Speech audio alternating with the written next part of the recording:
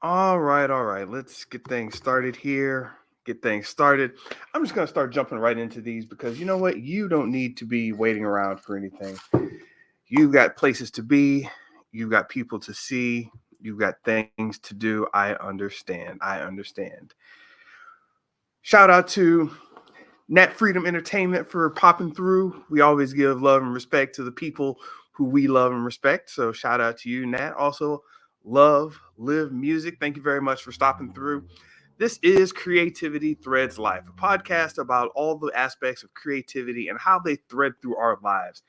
I realized that it was a constant topic in my mind just about creativity, doing what you got to do, building something out of nothing, turning order from chaos to order, taking the forces of entropy and moving them into some sort of ordered pattern in your life, improvement, building, creativity, etc., etc. I've been doing that for much of my life, and I wouldn't change it for the world. So now I'm just getting around to talking about it. And I have so much noise to talk about that I'm doing a daily, well, for now, showing up here on the weekdays, just as much as I want to talk about this stuff. Over time, I'll probably straighten up some things with coming in live with, more graphics and things like that. But right now, I just want to be sure I'm popping in here. I honestly don't have the patience to keep setting up the camera and getting the lighting set up every time. But I do want to get this information out there while I'm doing more behind the scenes stuff.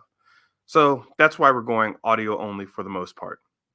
But should you miss these lives, don't worry. The concepts I talk about, I'll continue to talk about. I just want to keep a running track of these things. So I'm going to continue to talk about creativity, where it affects your life, some current events maybe, and we'll go from there.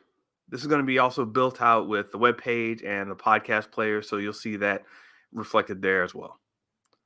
But if you are new to this scene, be sure to check out mrbenja.com. That's where I end up focusing all of the links and I organize everything. So you can always find my links there. Creativitythreadslife.com is actually up and available, but it's not fully fleshed out yet. So if you go there, just know that. All right. So that was my little short couple minute intro. And I want to get into something that I was talking about over on Threads. Because to be honest, Threads is where I got the inspiration for this whole creativity Threads life thing. I don't want to say I was concerned, but I've been doing my New Year's thing like I usually do, and I get hyped about the new year, and I get happy. 2024 is here. Screw Halloween, screw Christmas, screw 4th of July, all that Thanksgiving. That can all be pushed to the side for me for New Year. And it's not about running around, drinking, staying up until 6 in the morning or whatever, and screaming my lungs out and doing fireworks. I did that, and that's okay. That's fun. That's fantastic. That's a great time if you want to spend your time that way at the new year. But recently, I guess I've become an old fart. I've started getting into my reflective and introspective stage, I guess you could call it. So, what am I doing with this reflective and introspective stage? Well, for the past several years, I've been taking New Year's time to basically cut myself off from everything. And if it's really going to be a new year, new me, I said to myself, I want to stop, really reflect on what happened, really take a step back, not only from other people's perception of me, which is why cut off the notifications pretty much. And I kind of went silent for about 3 days. And then I also do the introspective kind of cleansing where it's like I don't assume anything about myself anymore, where I stop and take a moment and say, you know what, let me just sit with me and think about what I'm experiencing right now. Am I getting good sleep? Am I looking forward to the next day? How do I feel about my knees when I run up a pair of steps, a flight of steps, not a pair. A pair would be pretty sad if you're worried about your knees on a pair of steps. But yes, like a flight of steps. How am I feeling?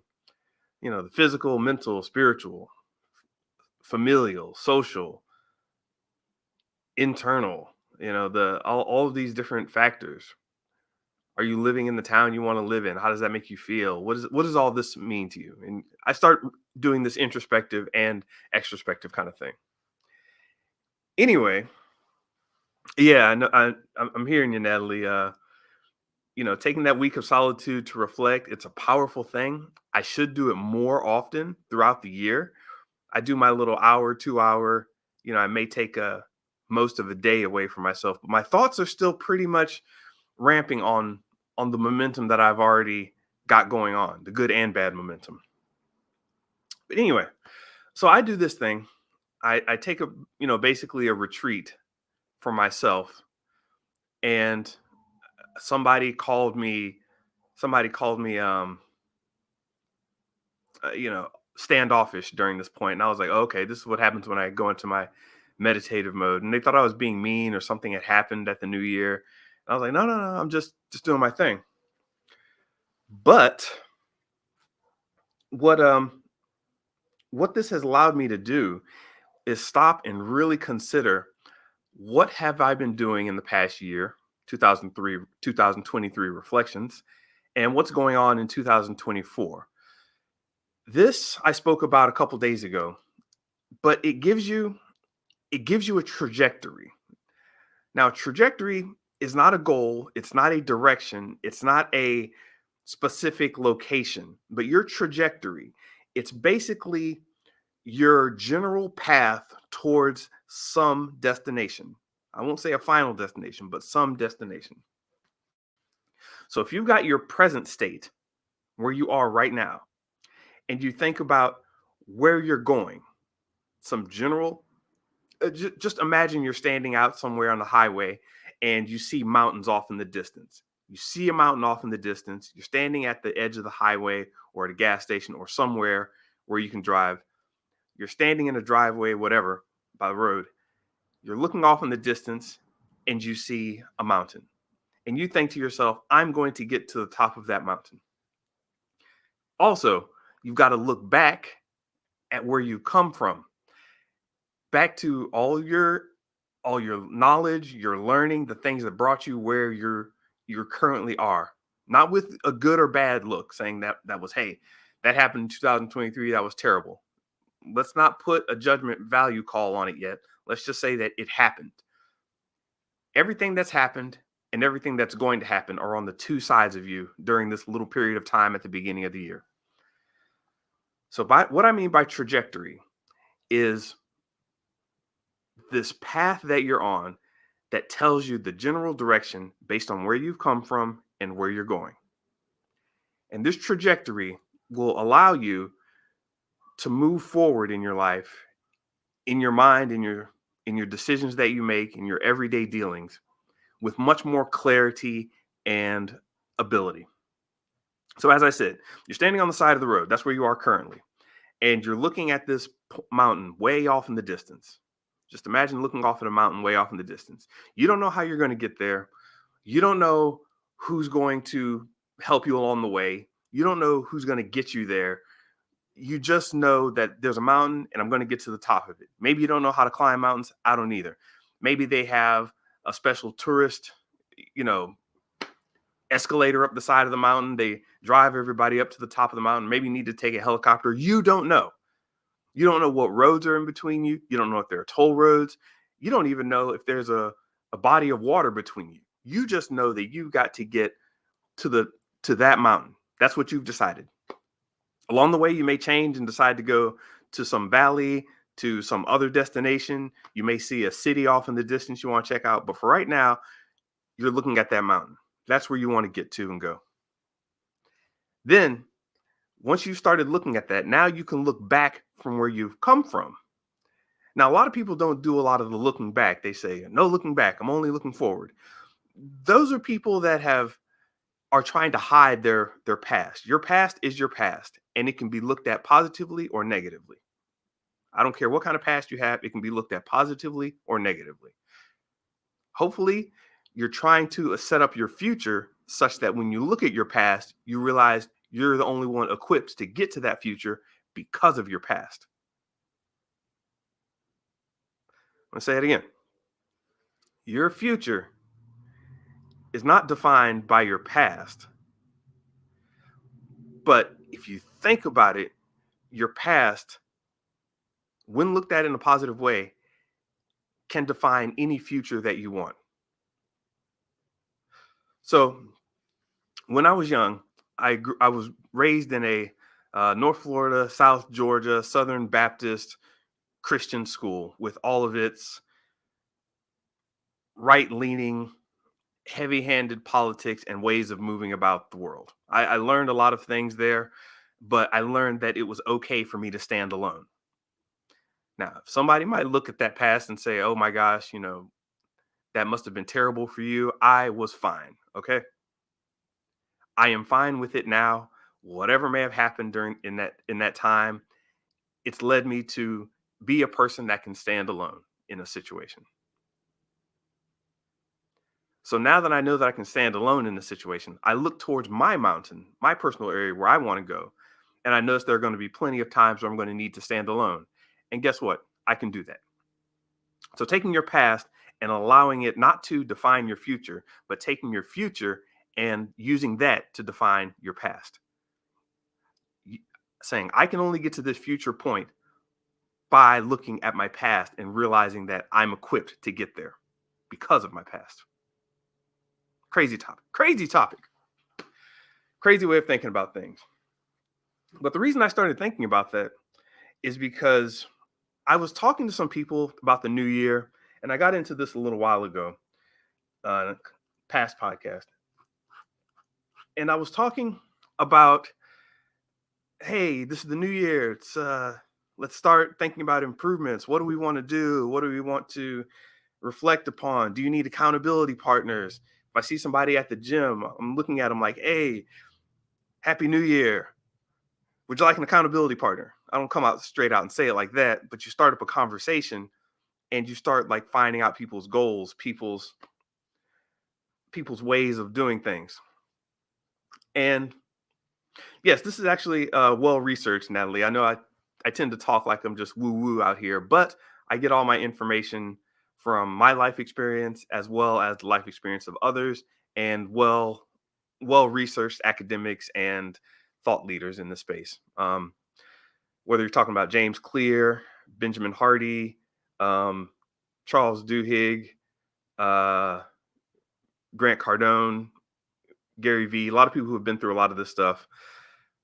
That's where I'm getting a lot of this information from, even back to Napoleon Hill and Zig Ziglar and so forth. Anyway, but yes, your future can define what your past means. And this gets you into a weird space because I'm sitting here talking to people like, hey, where's our future going to be? And they're like, well, and even just from a year back, I talked to a friend of mine about where he wanted to be in the future. I was like, hey, man, last year we were talking about New Year's goals. Now this year's here. What's going on? And he's like, well, I got a kid now. And I was like, wait a minute. We start talking about the New Year's and you start off your conversation with, well, I have a kid now. That sounds like excuses coming. I don't know what he was about to say, but all I heard was, well, I have a kid now. And I'm like, what does a kid have to do? He's defined his future as being some out of shape dad because we were talking about fitness and everything last year. So this year now he's just given up. And I'm talking and he's saying, yeah, I got a kid now. So, won't be able to. And he just started on this excuse preparation kick. And I'm like, this guy doesn't want to improve. He just gave up. Now, I mean, whatever is going on with him and his family, you know, um, some people have had kids and made that an excuse. It's like, yeah, I strap my kid in a backpack and go walking. I'm like, all right, that's what you do. Yeah, had my kid. Now I'm in the gym. I gotta keep this body up. It's like, cool. Yeah, I got a kid now, and the kid likes to stay up a lot, so I don't get a lot of sleep. So I'm gonna have to work on my sleep pattern. I'm like, yeah, that sounds like positivity. This guy was not talking positivity. He was talking about his future looking bad because something good happened to him, which was really weird. Have a child, great thing. Now he's talking about his life gets worse.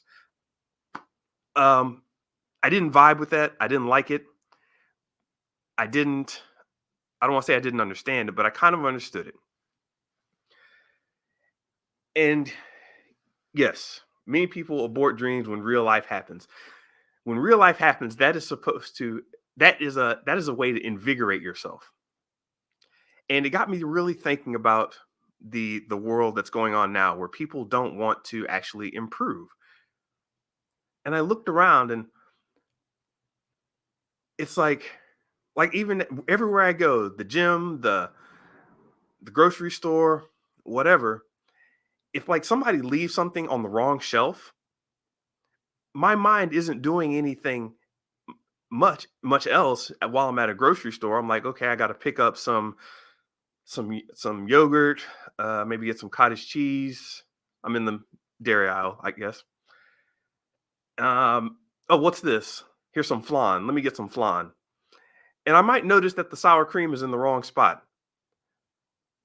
Normally, I just pass by it, but sometimes I'll take it and move it right over to where it's supposed to be. It's just because I have an improvement mindset. It's just that's the way I think. I'm not trying to fix the world or anybody, but it's like I'm doing my thing to make my environment better in all ways. There's a piece of trash on the floor. I don't want to step on it, so I kick it out of the way. I at least kick it to the side so nobody else steps on it. There was a candy bar in the aisle, if you're wondering. It's like half-eaten candy bar. Just a bad look. Um, but yeah, I was buying my taking my grocery run, my dairy run, apparently in this example. I do like flan. But yeah, they had flan, sour cream, cottage cheese, and yogurt. And all those were on my mind, except for the sour cream was in the wrong spot, so I had to move it. Anyway, I have this idea that I improve myself and the environment around me will naturally improve. And people start taking offense to that, like you're trying to fix them. But a lot of people really aren't on my mind like that. I'm just thinking if we're all running, if we're all on this path and somebody's like, "Ooh, I'm tired." It's like, "Okay, what am I supposed to do with that? You want me to give you a coffee? Sure. Give you some tips? Sure. Wait for you? Maybe." But back to the guy, I will not initiate conversation to this guy about New Year's anymore, or the future, or improvement. I may bring things up lightly, but I won't do like I did before and say, "Hey, let's get this New Year's thing going. Hey, let's make some improvements." Obviously, he doesn't want that. Just like you said, Natalie, he's looking for an excuse before he even starts. And if he listens to this podcast, awesome. You know who you are.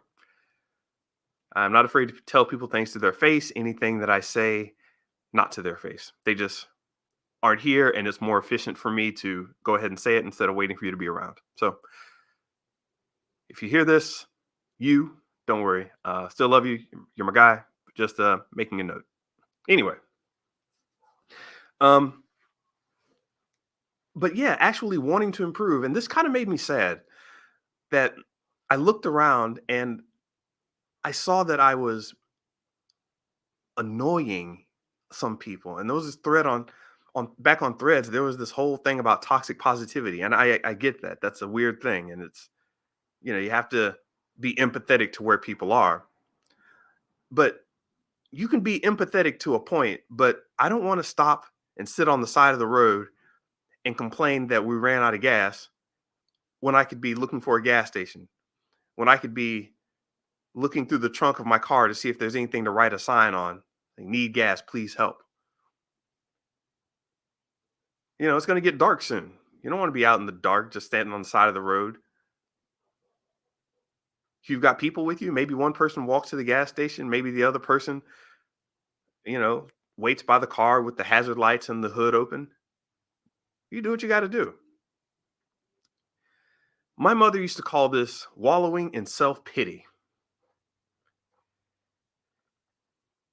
And my mom was she was tough on people, and so I suppose I might be coming across as tough on people, but I don't attack people. I attack problems.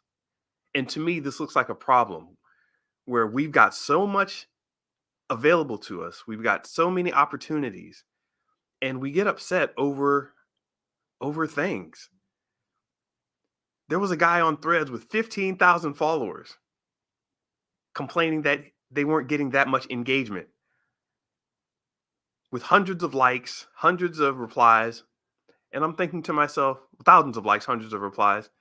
And I'm thinking to myself, what are you complaining about? This is free. This is free marketing. Do you know how hard marketing was before social media and before the internet came around? What are you talking about?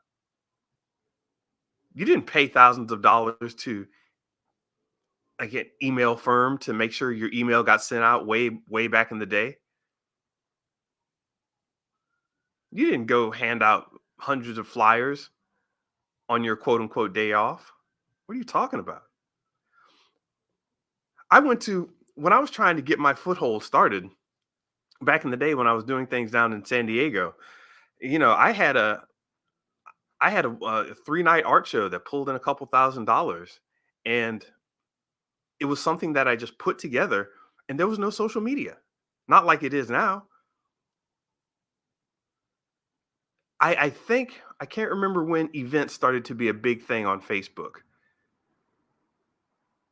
but I want to say it was just around the time when events were starting to become a thing. They had Eventbrite for sure, but Facebook events, I'm not sure if that was a thing. Either way, it's not like you could corral a large amount of people that you didn't know without doing a lot of footwork. So I say that to say, in whatever situation you're in, a lot of it's in your head.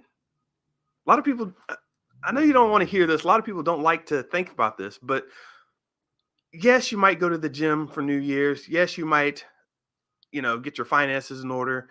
Yes, you might take that class on pottery, because you want to make awesome pots and vases for all your friends. Lovely goal, sure. I that's fine and great and good. I'm talking about renewing of your mind and your spirit and really stopping to take a moment to look at what's available to you. Right now, we are being bombarded with information, mine included.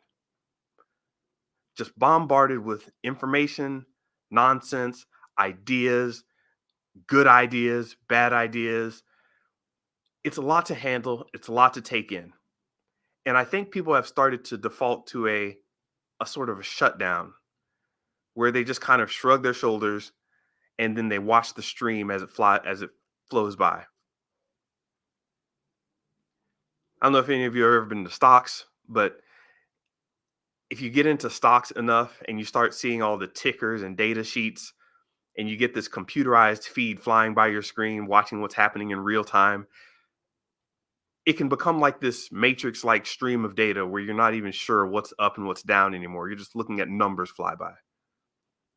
I feel that's kind of happened to a lot of people just in their daily lives.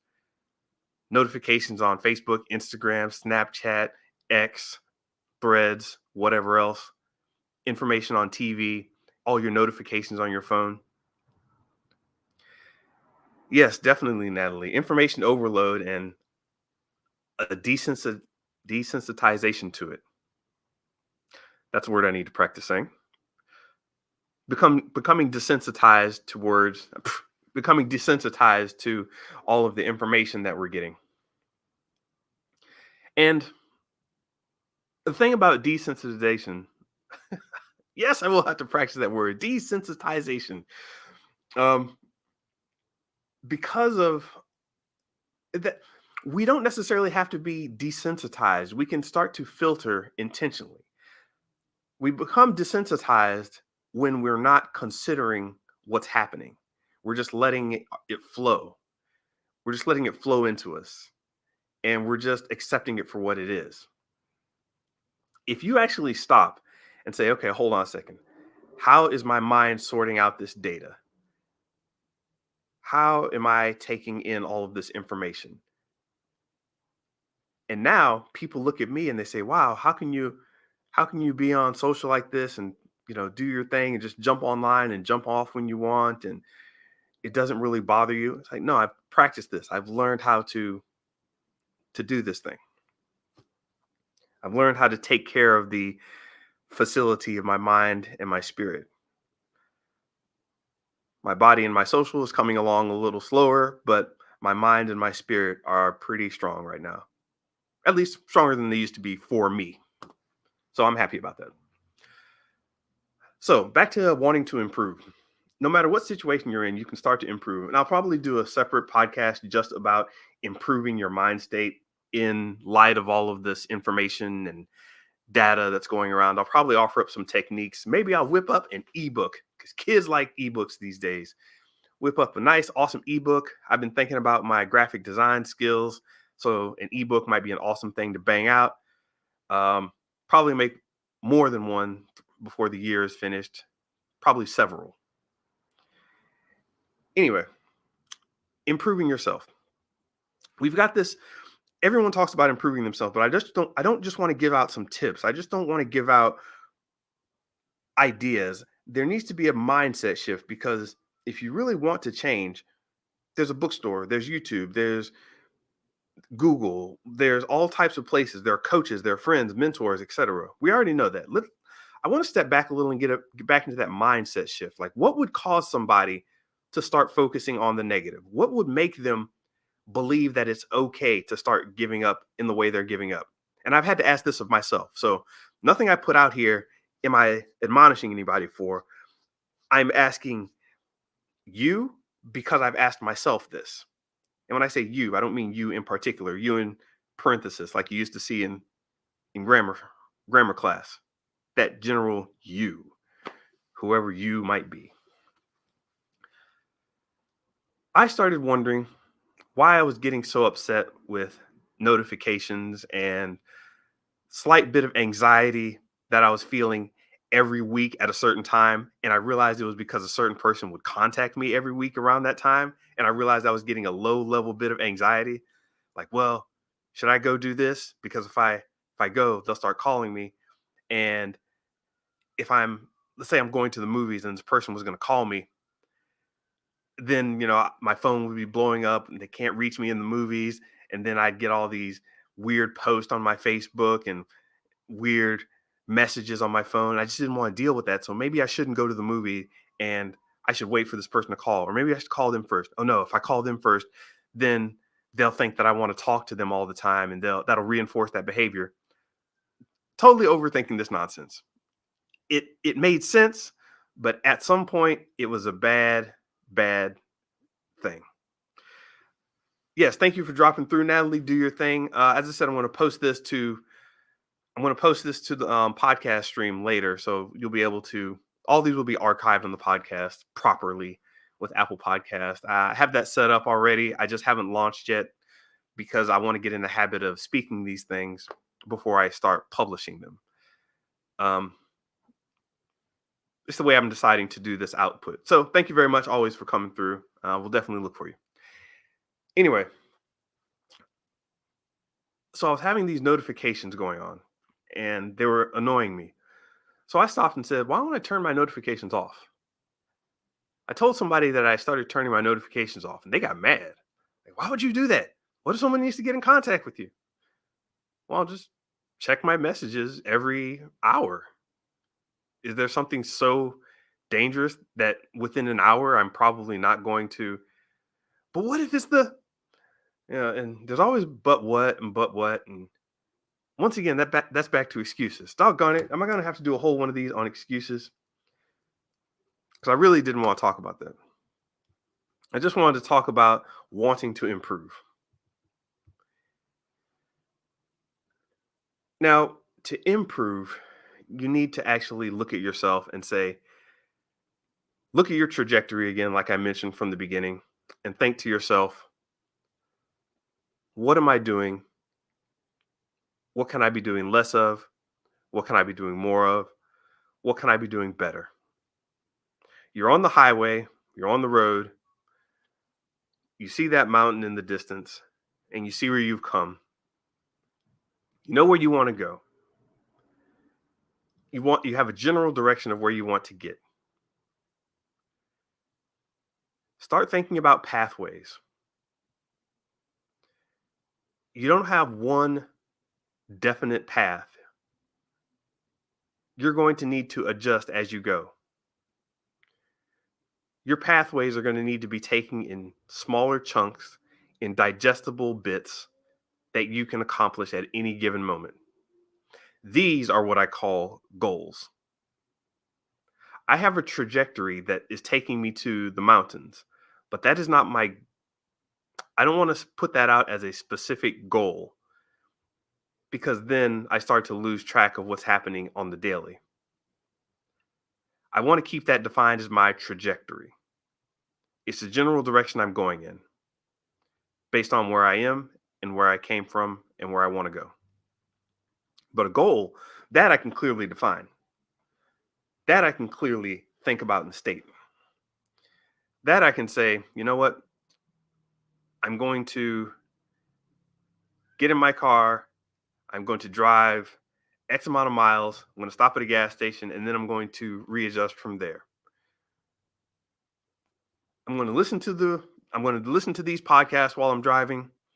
I'm going to maybe pick up some friends along the way. I'm going to adjust my tires. I may even look into getting a different type of vehicle. I don't know. This is a long journey. Let's see how it goes. But you make goals based on the path that you see. And I think what's happening with people not wanting to improve is that they've been sold so many ideas and their minds are so convoluted now that they don't see a pathway to where they're trying to get. So they just stop and sit by the side of the road and they're waiting for further instruction, waiting for some external motivation, waiting for some type of miraculous external vision or vibe to push them forward. And if that's you waiting on that, that's unfortunate.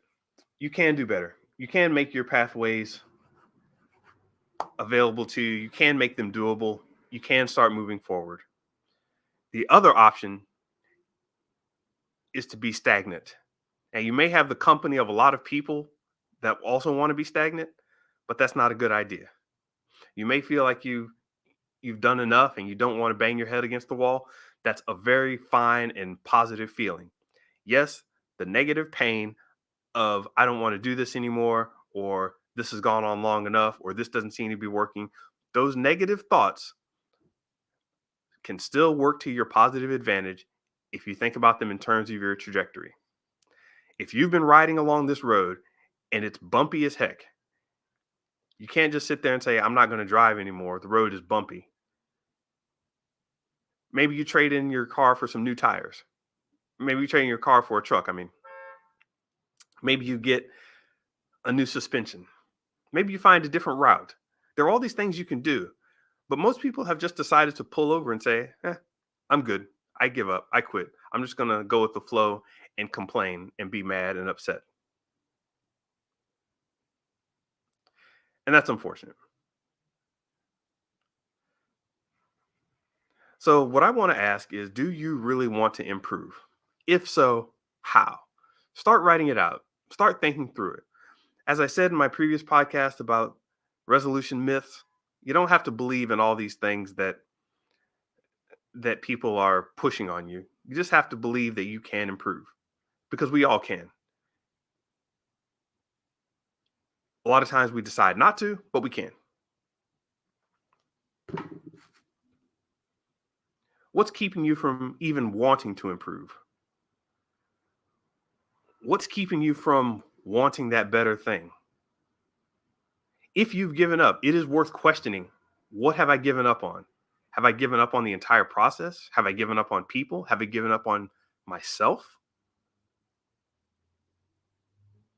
These are questions you have to ask for any negative sensation. You have to ask, okay, why am I feeling that? And how can I start to move from that feeling to a better feeling?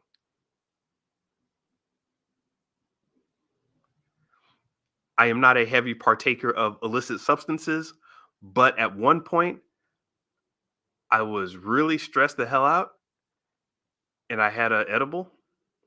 THC kicked in and I made some awesome decisions and kept going about my business.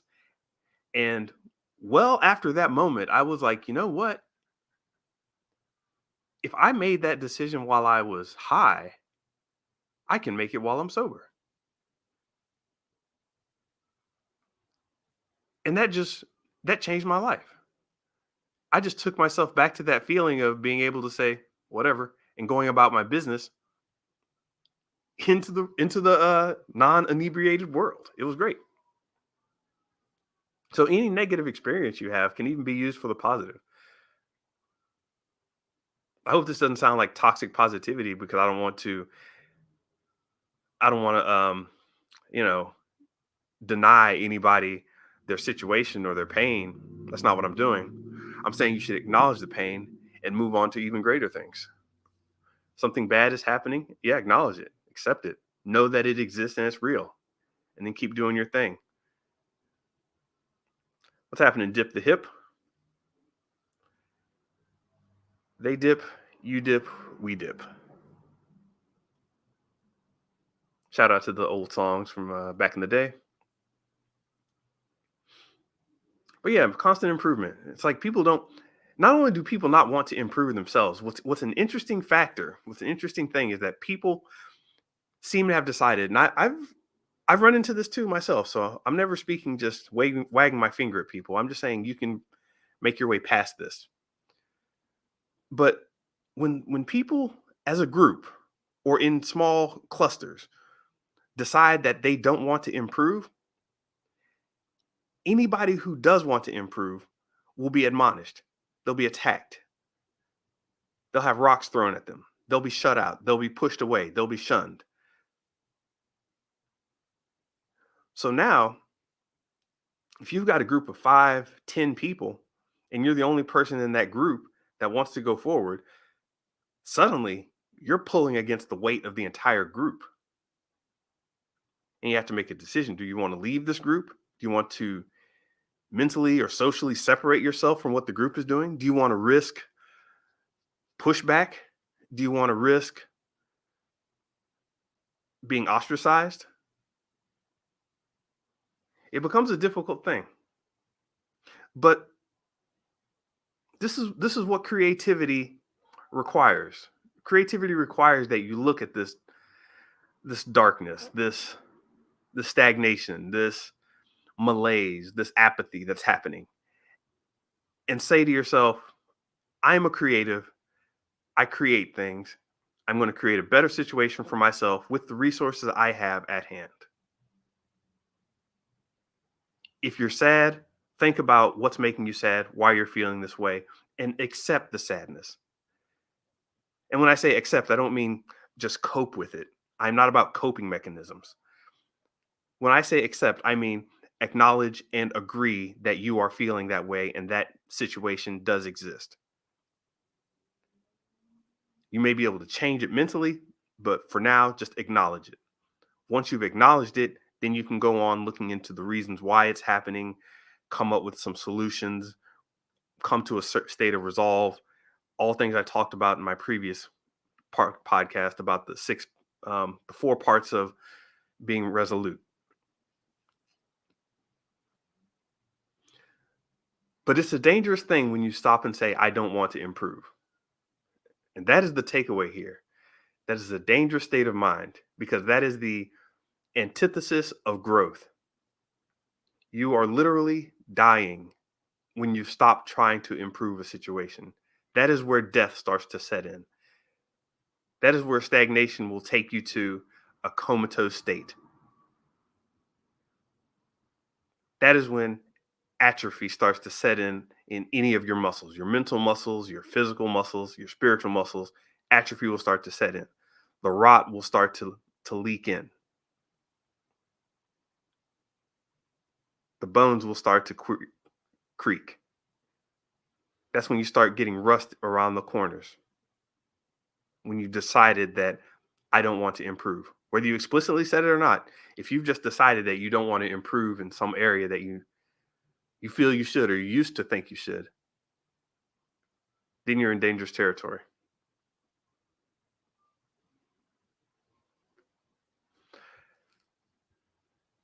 I just realized I had the starting soon banner still going on.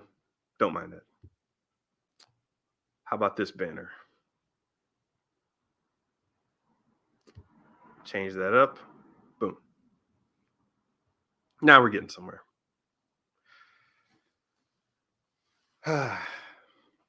So yes, this has been on my mind and it's tiring, but that doesn't mean it's bad. You put out more energy and you receive less support many times when you're trying to create something new or different or improved.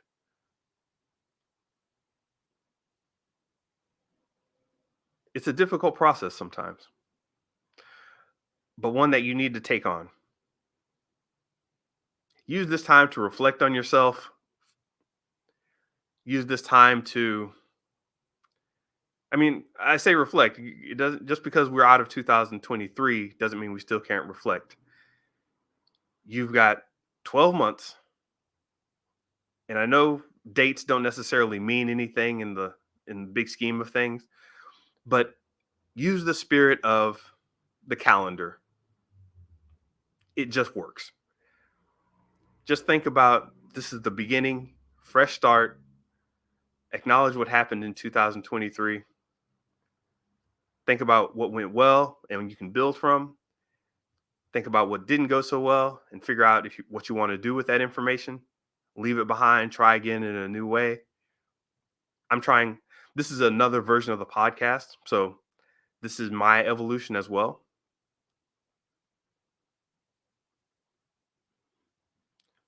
So yeah, think about what's happening to you and actually think about why you're feeling the way you're feeling. This is one of the primary differentiators between humans and every other creature that we know. We are able to think about thinking. There's a psychological term for that. I forgot what it is, but we're able to actually look outside of ourselves and think about how we're thinking about what we're thinking about. It's a high level mental process that humans have that other creatures don't seem to exhibit, at least not at the level and in the same magnitude as we do.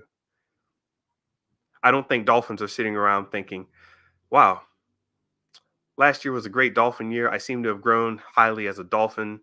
Um, Maybe I should get my ish together and stop hanging out with all the orcas. They're kind of dangerous sometimes. But I'm a dolphin and I'm growing. Last year, I didn't grow as much as a dolphin.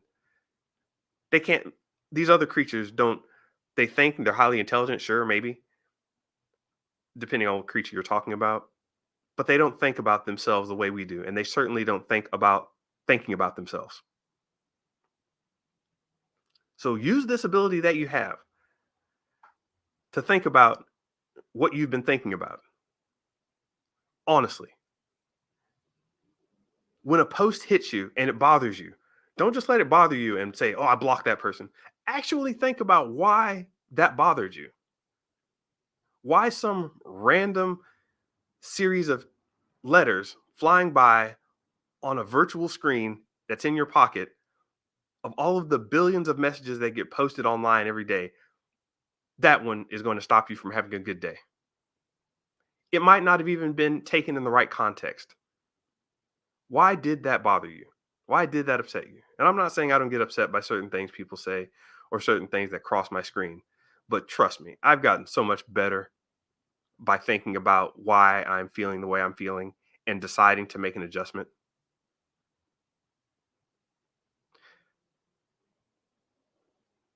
I've sat back and looked at things that have happened and said, "Wow, that really got to me. What did that mean? Why did that happen?" A therapist will tell you this too. I mean, you have to actually consider what you're thinking about and why you're thinking about it. In fact, that's why they're so valuable in many cases, because they can act as a mirror to your own thoughts. A lot of that you can do yourself, is what I'm saying. So even when you're not around your therapist, if you have one, you can start just questioning, hey, that was actually a pretty minor deal. Why did that bother me? Why did that trigger me? Should I be triggered? Maybe I should be angry about that. Maybe I shouldn't. But just that actual process of thinking about why you are the way you are and why you do the things you do and why you're not improving, it's not to make you sad. It's just to make you more aware. Because once you're aware, then you can actually start to do things and you're not being pushed around by the random winds of life, the random currents of the chaotic thing that we know, the chaotically beautiful thing that we know as life is happening. So I don't want to I don't want to say too much here about this point. Um, that's already been said. I'm just thinking about my own pathways right now. the position I see myself in, and the path that will lead to the next stopping point, that will lead to the next path, that will lead to the next growth point, that will lead to the next path. Currently, it is this podcast. I will show up here most nights of the week until I decide and evaluate something different. Right now, it's going to be audio only because, hey, lives aren't doing that great right now. I don't care. This is what I feel like doing right now. If I feel like adjusting into something else, I will. They say I should be posting a lot of reels. Sure, reels take a lot more energy for me than this, so I'm doing this right now. If I feel I want to transition into something later, I will. But whatever. This is all an experiment, and that's all we can do. Try out things, learn what worked, and keep moving from there. Don't get mad at the water for splashing. Don't get mad at the wind for blowing. Just understand that is what's happening. Acknowledge it and do what you can to make yourself feel better. If anybody in the comments, see some people on Instagram. Facebook is kind of quiet tonight. And I'm on YouTube as well. Kicking out this multi-stream thing. But that's going to do it for me for this one. I want to improve these podcasts, so please make sure you listen, comment, let me know what you think. Anything that I post here on the social media streams will probably be deleted a short while after, or maybe not. Maybe I'll let them stay. Some of these I don't like clogging up my social media stream, so I'll probably get rid of it and we'll see. I'll see what I'm going to do with it. I haven't made all these decisions yet, and you don't have to make every decision right now. Just figure out what works and what doesn't. But that's going to do it for this one. I want everybody to stay creative out there. Keep building the life that you want to build, because no matter what the situation is, you have the ability to create the choices in your head and with your facilities. I really need to tighten that up into a nice outro statement. But for now, that's it. All right. Thanks. See you later. See you on Threads.